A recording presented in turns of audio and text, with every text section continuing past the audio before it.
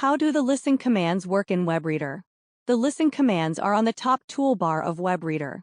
When you click on Listen, the entire file will be read. You can also highlight part of the page and click Listen from either the pop-up menu or the WebReader player. Before clicking Listen, let's look at the various tools. The Pause tool is immediately to the right of the Listen player. Its icon is a set of two vertical lines.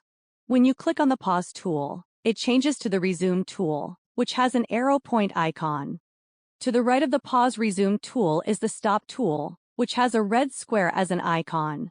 When you click on Stop, the Pause Resume tool is replaced by a counterclockwise circle icon, which is the Play from Start tool, which will replay the material. Let's begin. Highlight some material.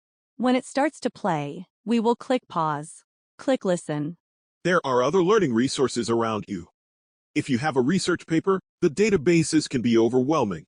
We clicked Pause. Notice that at the bottom right, there are also these same controls. Either set can be used. Let's click Resume, and then click Stop after some material has been played. Ask your librarian for assistance.